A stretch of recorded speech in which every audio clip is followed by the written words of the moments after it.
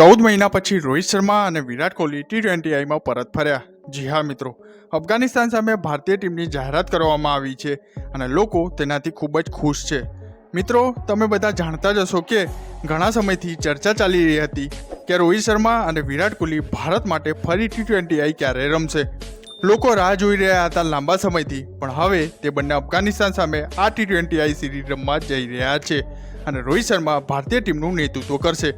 અને મને ખાતરી છે કે વિરાટ કોહલીના ચાહકો ખૂબ જ ખુશ હશે, કારણ કે 14 મહિના પછી Virat Kohli T20 international cricket રમવા જઈ રહ્યા છે।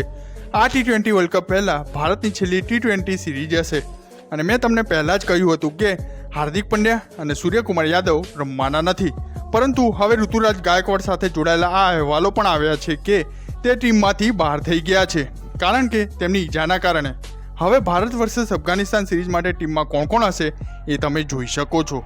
રોહિત શર્મા, શુભમન ગિલ, યશસ્વી જયસ્વાલ, વિરાટ કોહલી, તિલક વર્મા, રિંકુ સિંહ, જીતેશ શર્મા, સંજુ સેમસન, શિવમ દુબે, વોશિંગ્ટન સુંદર, અક્ષર પટેલ, રવિ બિશ્નોઈ, કુલદીપ યાદવ, અર્શદીપ સિંહ, આવેશ ખાન, મુકેશ કુમાર।